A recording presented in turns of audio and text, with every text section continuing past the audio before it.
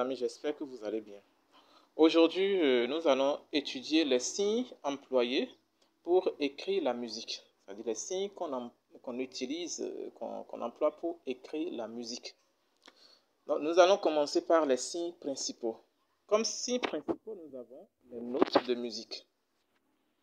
Les notes de musique, c'est le Do, le Ré, le Mi, le Fa, le Sol, La, Si. Pour monter, on peut monter l'échelle avec ces notes et descendre également l'échelle avec ces notes, comme on le fait souvent.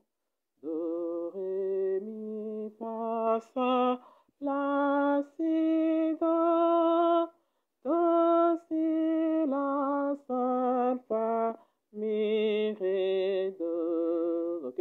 Donc ça, c'est ça qu'on appelle les notes de musique.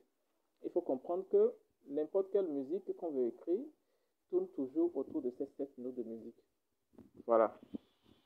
Ensuite, nous avons la clé, c'est-à-dire les différentes clés qu'on utilise pour écrire les notes de musique sur une portée. Ok. Comme clé, nous avons souvent la clé de sol qui s'écrit de cette manière-là. Je n'avais pas écrit cela. Nous avons la clé de sol qui s'écrit de cette manière. Nous avons la clé de fa qui s'écrit de cette manière avec 2 points ici. Vous voyez, nous avons la clé du voilà, mais qui ne s'utilise pas souvent en fait. Donc souvent ce sont les 2 clés qu'on utilise très souvent. Ensuite nous avons les silences. Quand vous chantez, parfois quand on chante, on constate que les compositeurs mettent des silences. Ok, les silences également s'écrivent sous différentes formes, de différentes manières. On peut voir des silences comme ça. Vous voyez un peu. On peut en trouver comme ça. D'accord. Voilà. On peut en trouver comme ça. C'est-à-dire il y a la pause de façon pleine comme ça. Ouais. On en trouve également de cette manière, demi-pause. Voilà. Ce sont des silences. Voilà. Donc, ce sont les différents silences. Bon, les quelques-uns, voilà, qu'on utilise en musique. Nous avons les altérations. Bon, pour ce qui concerne les altérations,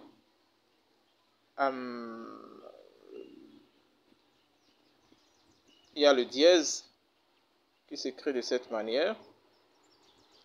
Il y a le bémol. Il y a le bécard qui s'écrit de cette manière-là. D'accord? Voilà. En fait, ces signes que je vous donne, ce sont des signes aussi très... bon, c'est ce qu'on rencontre souvent.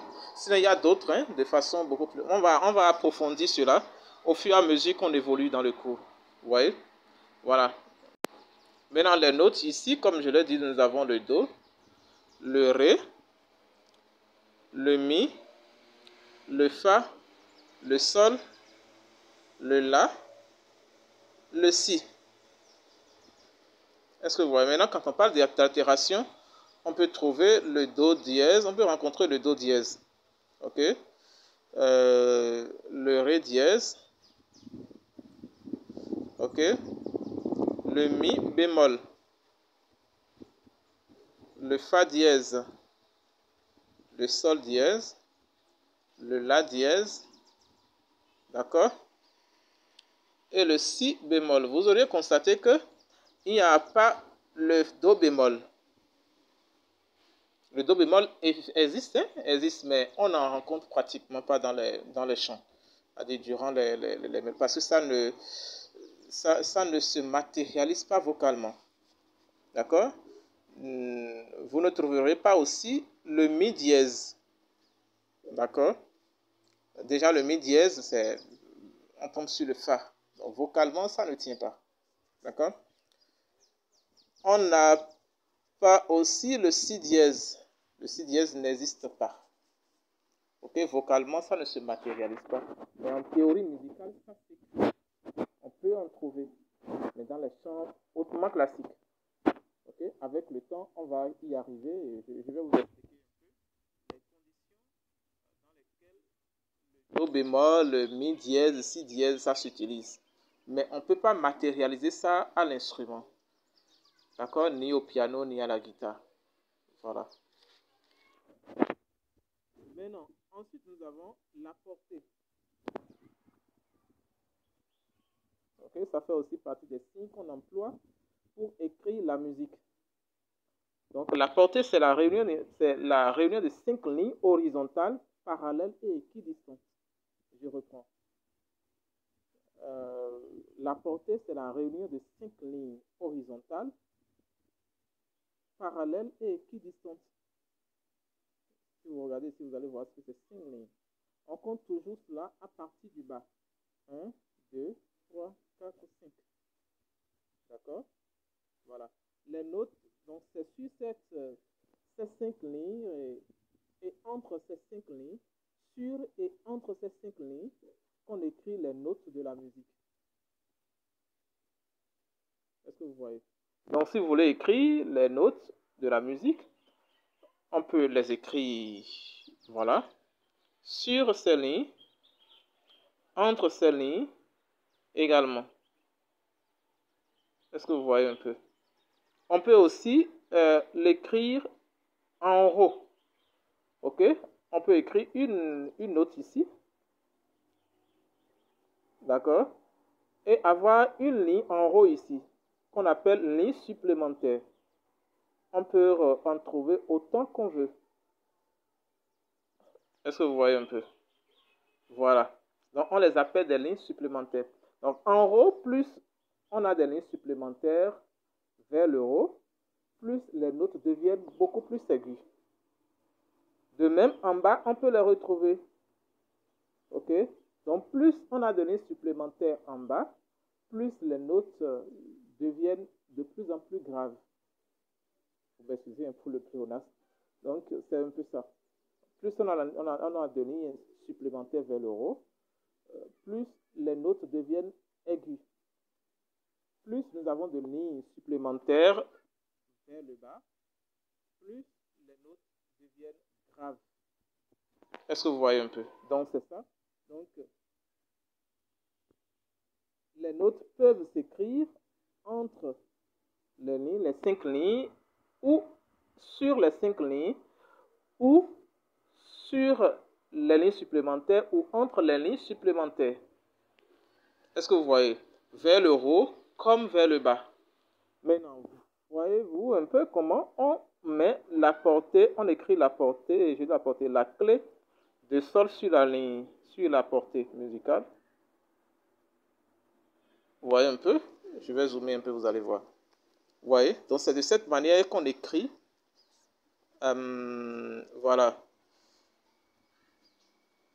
Qu'on coche la note, la clé de sol. La queue doit être posée sur la deuxième ligne à partir du bas. Ok? Maintenant, si on va mettre la clé de Fa sur la ligne, sur la portée, voilà comment ça s'écrit. Je vais zoomer un peu, vous allez voir. Donc, c'est ça. Ne considérez pas ce point-là. Hein. Ce point-là, c'est une note. Je l'avais mise ici pour voilà, illustrer un peu ce que je dis. Donc, ça n'a rien à voir. Ça n'a aucun lien avec la clé de Fa qui est ici. Donc, la clé de Fa, c'est ça. Vous voyez un peu? Voilà. Voilà. C'est de cette manière qu'on l'écrit avec ces deux points-là. Il faut toujours mettre les deux points, c'est très important. Donc, on place la queue de la clé de sol sur la quatrième ligne à partir du bas. Vous voyez un peu? Donc, c'est comme ça. Voilà. Ensuite, nous allons voir les figures de notes. Quand on parle de figure de notes, nous avons la ronde. Vous voyez un peu? La ronde. Voilà. Qui équivaut à 4 temps. Je pense que hier, dans la vidéo d'hier, on a étudié la mesure. Donc, la ronde, là, équivaut à 4 temps. D'accord? C'est ça qu'on appelle ronde. Voilà, une note, la note s'écrit comme 0, comme ça. C'est ça qu'on appelle ronde. D'accord? Ça équivaut à 4 temps. Cela équivaut à 4 noirs et à 8 croches. 8 croches, 16 double croches, 32 triple croche, 64 quadruple croche. Est-ce que vous voyez? Voilà. La blanche équivaut à 2 temps. C'est ça qu'on appelle blanche. Vous voyez? Donc le creux là, vous voyez, vous allez voir que c'est en quelque sorte un 0 qui a une queue. Ok? Ça peut aussi s'écrire comme ça. Vous allez voir ça. Comme ça, voilà. Donc soit ceci, ça s'écrit de cette manière ou de cette manière. Ok? Ou ça s'écrit de cette manière et de cette manière aussi. Donc cela équivaut à 2 temps. À 2 temps. Donc égal à 2 noirs ou 4 croches. Ouais, ou 8 double croches. Voilà. Vous pouvez faire la subdivision, hein, c'est ça. La noire s'écrit comme ça. Un point avec une queue. Comme ça s'écrit aussi de cette manière-là. Il faut toujours fermer ceci. Avec le point, sinon ça va ressembler. Si vous ne fermez pas, voilà, ça devient une blanche simplement. Ok, donc ça s'écrit de cette manière et de cette manière-là. Donc cela équivaut à un temps. Donc vous voyez, dans la ronde, on peut retrouver 4 noirs. Vous voyez, 4 noirs. Dans la blanche, on peut retrouver 2 noirs. Dans la ronde, on peut retrouver 2 blanches. Voilà. La croche maintenant. La croche, voilà comment ça s'écrit. Ok? On peut aussi l'écrire de cette manière-là. Voilà. Est-ce que vous voyez un peu? Cela équivaut à demi-temps. À demi-temps. Ensuite, nous avons la noire, la double croche, vous m'excusez. Voilà. Ça s'écrit aussi comme ça. Vous voyez, la double croche. Ça s'écrit aussi de cette manière-là. Vous voyez un peu? Et ça équivaut à un quart de temps. Voilà, à un quart de temps. Donc, on peut retrouver deux doubles croches. Qu'est-ce que je dis? Oui, 2 doubles croches dans une croche, c'est ça. 2 doubles croches dans une croche. Voilà. Donc, une croche égale à 2 doubles croches. Vous voyez un peu? Voilà. Autrement, 2 doubles croches égale à une croche. Voilà. Ici, nous avons la triple croche. La triple croche, voilà, nous avons, ça s'écrit aussi comme ça. Pourquoi ici on dit double? Parce que vous allez voir, la queue ici est doublée. Par contre, la croche, on n'a qu'une seule queue crochet ici. Est-ce que vous voyez un peu? Dans la double croche, nous avons, voilà, 2 croches ici. C'est une noire avec une croche. Vous voyez? Nous avons 2 croches ici. Pour la double croche. Maintenant, pour la triple croche, nous avons, voilà, 3 croches. Vous voyez, non? Donc, c'est ça. Maintenant, pour la quadruple croche, nous avons 4 croches. Vous m'excusez hein, pour le vent qui me dérange.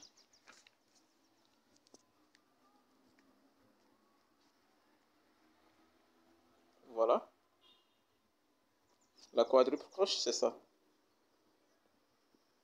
Donc, c'est une noix plus 4 croches. Vous allez voir les croches. Ça fait 1, 2, 3, 4. Voilà. Donc, c'est un peu ça. Maintenant, il y a quelque chose sur laquelle je voudrais tirer votre attention. Lorsque plusieurs croches sont placées, les unes à côté des autres, on peut remplacer les croches par des barres unissant ces notes. Supposons que sur une portée de musique, je mets comme ça une portée de musique pour illustrer un peu ce que je suis en train de dire. Ok, nous avons notre clé ici. D'accord. Je dessine ça comme ça, hein, de façon bon, un peu bizarre et anarchique. Ok, et ici nous avons, voilà, deux croches comme ça qui se suivent. Ok. Au lieu de mettre les deux croches comme ça, de façon distante, de façon voilà, séparée, on peut faire comme ça. Vous voyez? Et on fait comme ça. C'est-à-dire, on va rallier, voilà. On va unir les deux croches là par une barre transversale qui se, voilà, en haut. Donc c'est un peu ça. Ainsi de suite, hein. Pour, si on a deux doubles croches, on peut faire la même chose. Vous voyez, comme je l'ai fait ici. Vous voyez. Pour la croche, on met une seule barre en haut. Est-ce que vous voyez? Pour la double croche, la quadruple croche, vous voyez? C'est un peu ça, vous m'excusez beaucoup. Pour la quadruple croche, c'est un peu ça. Vous mettez juste, vous dessinez deux noirs. Si c'est deux noirs, hein, en fait, vous dessinez deux noirs. Et puis bon, paf, vous les ralliez par quatre barres comme ça. Voilà, c'est ça. Si c'est trois doubles croches, vous pouvez faire la même chose en fait.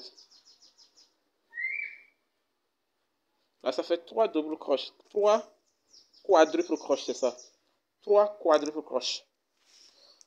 Alors les amis, c'est ce que j'ai à partager avec vous aujourd'hui. Si vous l'avez aimé, voilà, likez la vidéo et abonnez-vous si ce n'est pas encore fait. Soit dit en passant, vous pouvez aller dans l'onglet Short où vous trouverez environ 3700 vidéos de court format. Ce sont des vidéos de court métrage en fait, qu'on appelle des vidéos short.